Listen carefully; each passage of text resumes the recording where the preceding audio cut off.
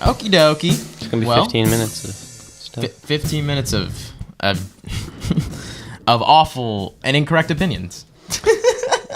Where am I? And probably things I that's don't right. understand. And things that no one cares about. Of music that no one has heard of. Ladies and gentlemen, oh God, that's how we're starting it? Ladies and gentlemen, we're watching a live chat without an act, and this is going to be our best of 2017. Best albums. That is right. Best, our opinions. Best, yeah.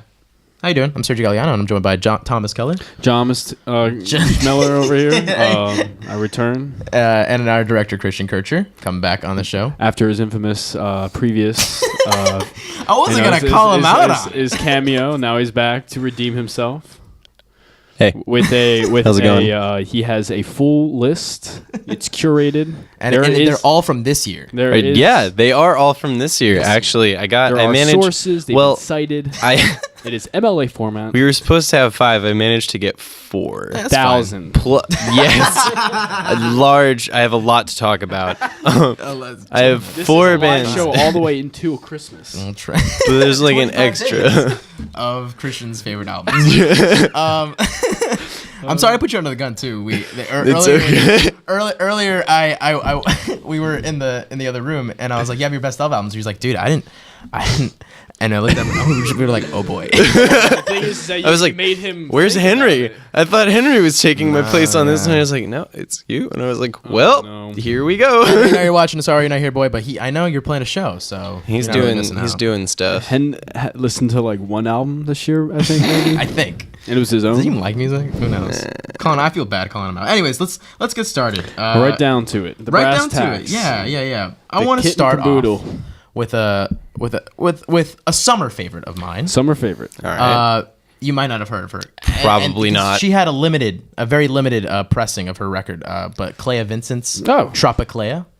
Most definitely. Yeah. Okay. Yeah. Tom and I listened to. Yeah. I mean, many people would, but like the thing is that I don't know. Listening to this record all summer and now for the rest of the year, it just turned 2017 soundtrack upside down. It's an exquisite example of I'm blanking out of bossa nova. It's so good. Like and plus her voice is just so soothing, and she's singing in French. And I remember I read an article about her how she likes to sing in French because it works better with how her vocal delivery is in terms of the phrasings and whatnot. But yeah, like impeccable. I think it's only like a few tracks, like 5 or 6 tracks. Yeah, it's like short, like an EP. But yeah, like it definitely has like all this great live instrumentation on it too. I love it so much, and like it set me on this like path. You know the path where I started listening to the path. Huh? I started listening to like foreign music a lot more. Oh yeah, I got onto that Brazilian psych rock from the 60s. Yep. And I've been shoving it in everyone's face. Yeah, every time I'm in the car with you. No, but like it's such a good introduction to that kind of like foreign language. Yeah. And folks, remember, you're allowed to listen to music that isn't in English. In English, yeah, you can listen. It's music. There's some fantastic Japanese music, French, Spanish, what have you. I'm pretty sure every country that you can think of. All these different languages, different parts of the world. Who would have thought? Who'd have thought? Canadian music. How about you, Christian? Well, hold on. Breakout track for me is Samba, which is a great take on Samba music. Yeah. Yes. Yeah. It's really good. So good. So if you haven't heard it already, you probably should. Clea Vincent's Tropiclea. Yeah, man, it was made my summer. Christian? Oh, is it my turn? Yeah, it is. Talk about music? Yeah, we're just gonna go around. Okay. Yeah. For starters, Menzingers After the Party, punkish band. Christian Kircher, are you? Do I like punk music? Oh my goodness, who would have guessed? Are you allowed to? But yeah, like breakout tracks, I guess, if that's the term we're using. Yeah. Lookers, or After the Party. After the Party's great song, part of which the music video was filmed at our friend's house. That's right. The wonderful ladies of JJ's Diner, if you're watching this. Yeah, how long have they been around for? JJ's? No, the men singers. Yeah, haven't they been around for a while? Or no? And the thing is, they've been around I'm not sure. There's High school they- for us. yeah. I don't know if it was beginning of high school, but they've been around since high school because Okay, like I only 2010, really 2009. I only really started like hearing about them probably in like 2014. I feel like I've seen Oh, a few of their albums on Bandcamp before. Yeah. The first experience I had with the Menzingers was actually a professor that we had our freshman year of college had a Menzinger sticker on her laptop, and she was like super into punk music and was doing like a Our math thesis. comp professor? Yeah, she was like super into punk music, and I remember like stopping and talking to her afterwards because I was like, oh, I'm not gonna be here. I'm actually going back to New Jersey to see a Streetlight Manifesto show, and she's like, oh wait. What? I was supposed to go see them at the same place, and I was like, "Oh, cool." And then we just started And talking. weren't you guys at the same show? She like, was a few years supposed back? to be. Oh, Yes, okay. we were at a show like Yeah. 2 years earlier together, unknowingly, and then she was supposed to go to the show that year that I was at, but missed it for something. But yeah, that was what actually got me into the Menzingers, was her introducing me to them, which is really weird when you think about like a professor showed me the political street science band. kind of professor, just like, yeah, punk music, and I was like, Well, my boss Sick. is the reason why I got into that Brazilian psych rock. Yeah. Yeah. Influences come from where they come from. Tom, what's your first pick, first draft pick, first round? So I I don't would, think I would have that's to, I immediately fell in love with Alex Cameron's Forced Witness. It came out back in, I believe, August or September. Oh wait, we can't even see that in the frame. Oh, we do have it. Hey, there it is. What do you know? It's a fantastic record. Alex Cameron. good hair. He's he's an Australian artist, and he's known for his kind of putting in these explicit narratives into his music, and so he plays this character of this strange white masculine and toxic guy that sings about chatting women online and cheating on his wife and stuff, but he's like singing it in the mode of like a George Michael or like Bruce Springsteen, like this 80s pop.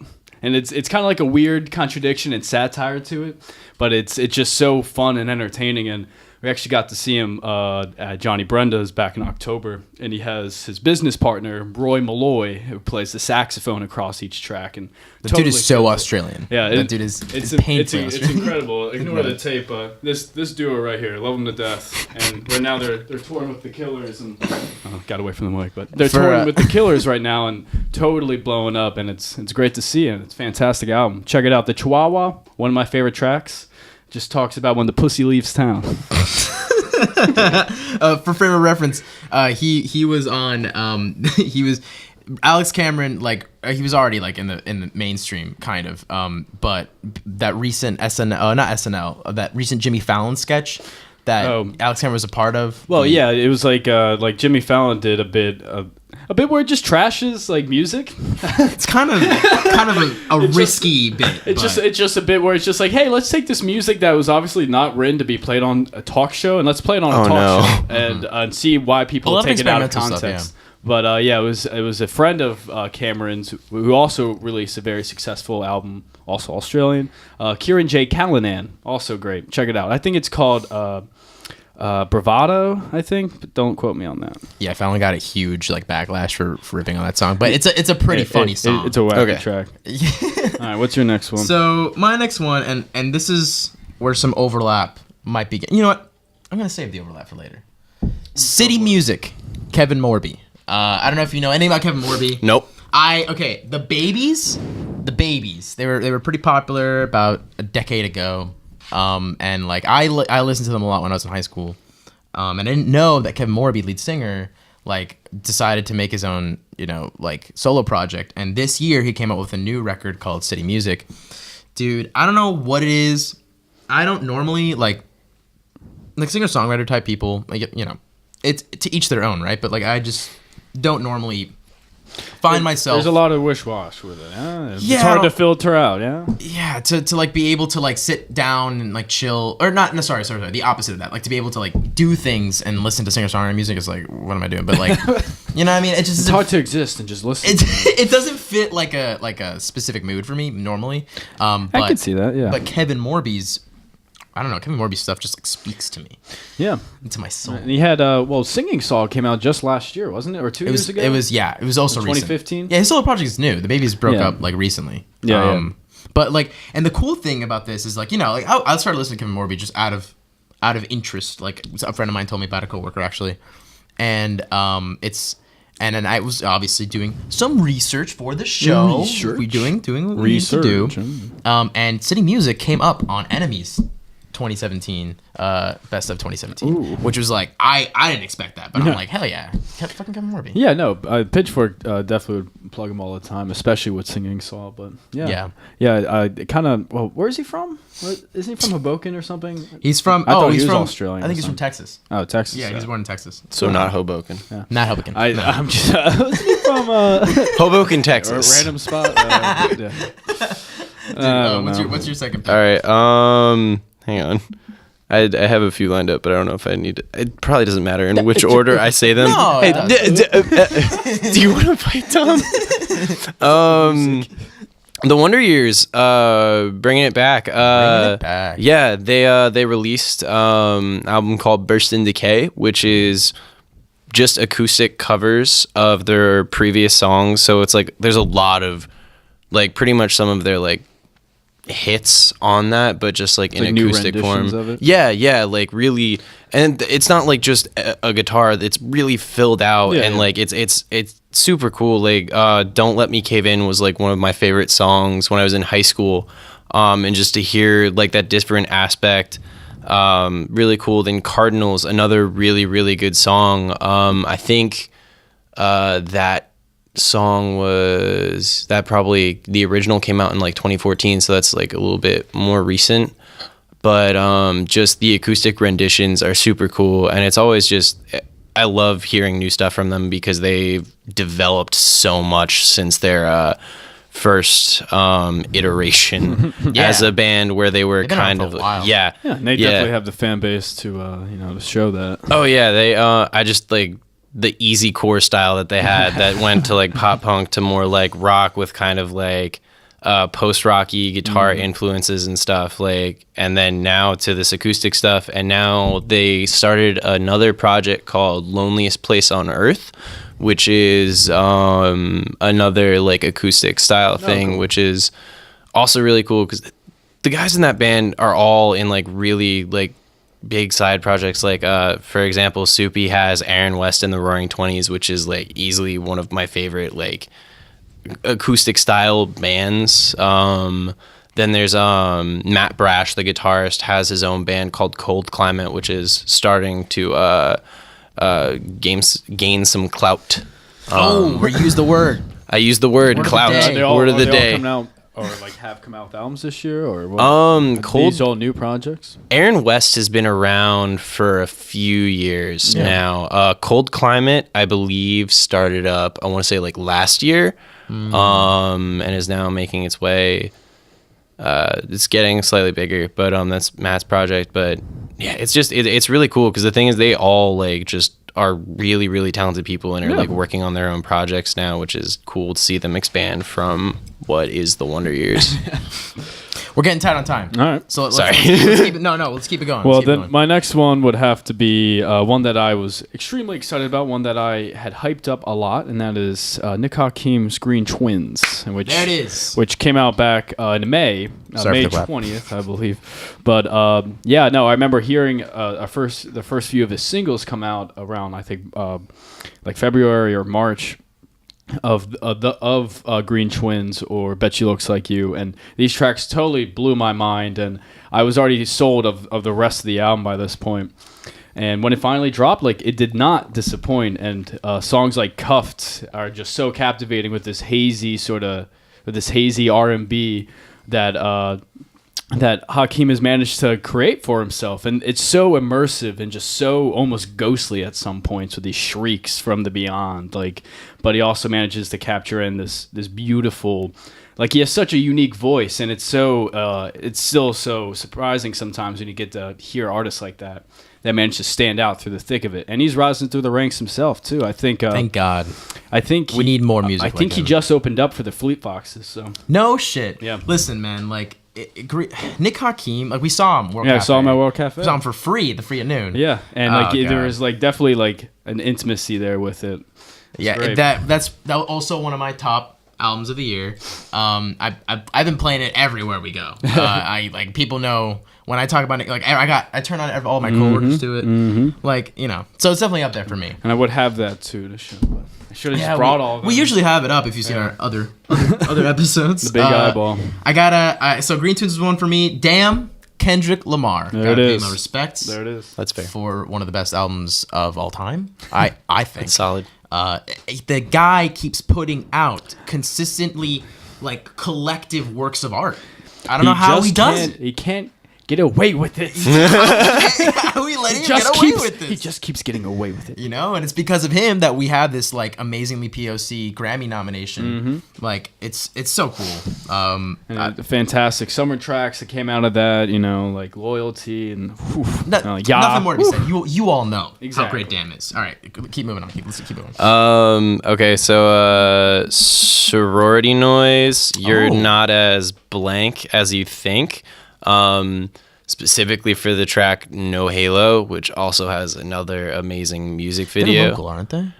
Sorority Noise? No, I don't know about Sorority Noise. I can't. I thought so. Yeah, I thought I'm not sure. Like Hop Along or whatever. Hop Along is very local. Hop Along is very Philly. Also a great band. But no, Sorority Noise, No Halo. It's honestly, I've been listening to that song on repeat for like the past few weeks. There's one line that's as an insomniac that really hits me a lot, which is if there's no rest for the wicked, I'm as evil as it gets. Like it's just like the wordplay. I was just like, when I heard that, because he's like yelling it in the background and like it's kind of like guitars and stuff is over it, so it's like kind of hard to hear the first time you listen to it, but then like a few times through I was just like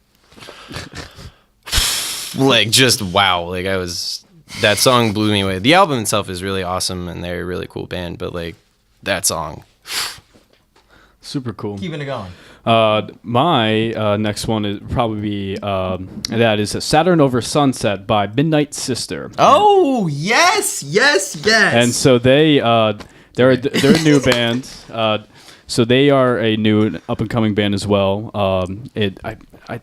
The front it's led by this just like she's so eccentric and creative, and her name is I think it's Juliet or something like that. I'm blanking out, but it's like this gorgeous Baroque pop, and it's very well orchestrated, and she just has these really nice, delicate vocals that layer over these almost piano ballads at some point. But they have like really great takeaway tracks like Blue Cigar that add kind of like this kind of like hip groove to it. It's almost dancey. One of my favorite tracks off it that is Shimmy, and there's like I said, like the piano work and the overall composition of these tracks. Totally stellar, and got to check it out. Midnight Sister. Love that. Okay, I'm just going to rail off my last ones, just because American Dream, LCD Sound System. There it is. Let's do it. Let's just like get it out of the way. It's the best. It's not the best, but it's really good. It is good. It's really, really good. We're going to be seeing them. Yes. Cannot wait. December 7th. Right here in Philadelphia. The Fillmore. Can't beat that. And I'm gonna also pay respect to Tyler the Creator. Flower Boy. Come fuck Flower Boy. Yeah, dude. Fucking love that one. And then sort of a honorable mention, because I guess you can call it an EP. If we're calling Droppy Clay an EP, I mean an album. Sweet Twin Peaks Sweet 17 singles. Oh yeah. They compiled it into one collection, and like what they did, like putting out like a couple singles every month since starting like in June or something like that. All of them were great. Like I was like, well, this is so cool. Like and true to the name, singles, because like they all seem like their own thing. And so putting them together, it was like this like rad ass like. It was a cool series to do. Yeah, man, and I love the art, and truthfully, Twin Peaks is great. So and shout out to their lead singer singing with Finn Wolfhard. Oh yeah. Anyways, finish this off. Okay, so I have one more band and then one more exciting news about bands that's coming out next year, probably maybe the end of this year. So one that White Reaper. Of course. The world's best American band came out much earlier this year. Solid album. Honestly, super dancey songs with too. like 80s. yeah for sure. Judy French and then of course the world's best American band. Two really good songs off of the album. I personally liked White Reaper Does It Again a bit better. But that was another one that like just kind of like the heavy synths and keyboard over like distorted guitar, just super cool, fun to dance to. And then there was news from Streetlight Manifesto, which is one of my all-time favorite bands. Was that a Streetlight? But yeah, they announced recently that they're probably going to be releasing new music by the end of this year. Looking more like probably midway through next year, towards the end of next year. But they have new stuff in the works, which is really awesome because they've had a bunch of legal struggles with their previous albums with Victory Records. And now they're doing their own thing with their own label, Pentimento Music, and it's super exciting. And those guys are just amazing, amazing musicians, and they blow my mind every time I've seen them. I grew up with them, yeah, dude. Can you finish us off? Or? Yeah. Some other favorites from this year would be Corridor. It is a band. They released Supermarket, but they are a French Canadian post-punk band from Montreal. All the lyrics are in French, but it's fantastic sort of twang to the post-punk. Incredible music. I also am a huge fan of Posse, and they just released their final album called Horse Blanket a few weeks back in November. And that was actually like really resonated because they kind of have this slacker rock sound where it's very slow, a lot of build up, a lot of sort of meditation involved. But it's really sad to see them go, but they definitely left off on a good marker. And they came out with this gorgeous comic to associate the album with it. Yeah. They called it a static music video where the comic sort of correlates with what happens in the album. It's pretty cool. Yeah, and other than that, some favorite tracks from like Jack Ladder and stuff, but yeah, overall it was a pretty cool year for music. Pretty solid. All right year for other shit. But everything else sucks. But music's getting there. I knew good art would come from it, and of course. And I'm glad that we have this platform to share with all of you for another year. Yeah. If you'd like to continue consuming our content, you can follow us at Live Sound Group pretty much anywhere you think of. For the 20s. Please hit that like button, that subscribe button, that share button.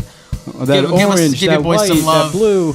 And thank you. There it is. For watching. Thanks, guys.